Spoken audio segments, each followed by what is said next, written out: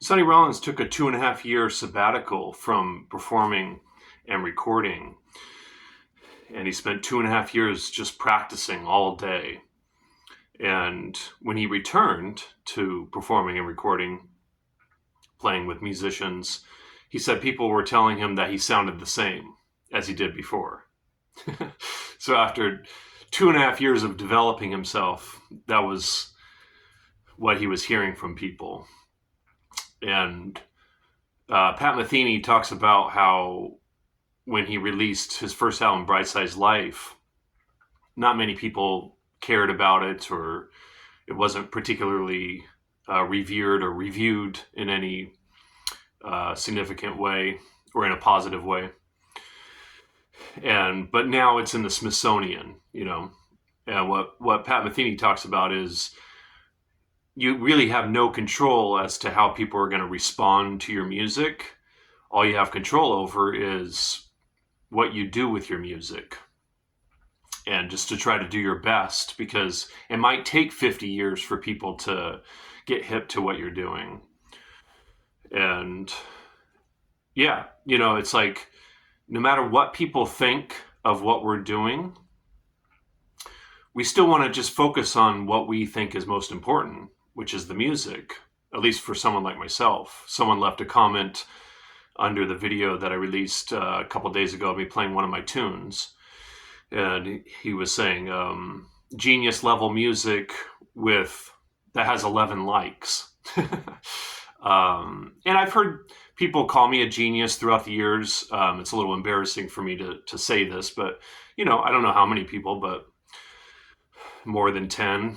And that's not up to me, right? To decide whether I am or not a genius. I just want to focus on the music and do the best I can. And whether I get 11 likes or 11,000 likes on one of my videos, I'm still going to be focusing on exactly what I'm doing right now, which is practicing, playing, teaching, listening to music, making these videos for YouTube. It's like, no matter how many views or likes or how much people care or don't care about what I'm doing, I'm still going to do exactly what I'm doing. You know what I mean? So I think it's just important that we try to stay focused on what is most important to us, regardless of what people think, because we really have no control over whether or not people like what we're doing or not.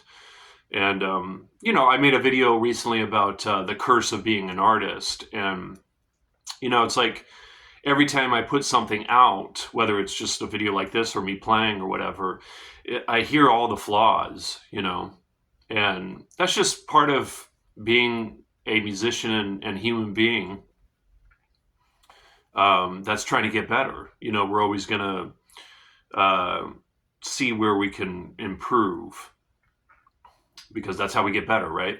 Is by recognizing the things that could be better. So that's important, but it can be difficult to put something personal out there while recognizing it's not perfect. But nobody is, right? Nobody's perfect. And sometimes I get weird comments on YouTube or on social media generally. People either misunderstanding what I'm doing or what I'm saying, or whatever, the haters, right? So no matter how good our intentions are, or no matter how positive the endeavor is that we're involved in, no matter how good of a human being we are, no matter how good of a musician we are, there's still going to be people that don't like us, right? There's still going to be people that just don't like us, whether it's because they're envious or jealous, or because they have hate in their heart, or because they just can't connect with what we're saying or what we're doing musically, So it really doesn't even matter, because we should still just continue to do what is important to us. And for me, that's the things I mentioned. And I'm always trying to get better as a human being, and trying to get better as a musician and an artist and an educator, all the different kind of hats I wear in life. And hopefully over time, my YouTube videos will get better. But yeah, just wanted to put that out there, that it's important that we stay focused on what is most important to us, regardless of how it might be perceived.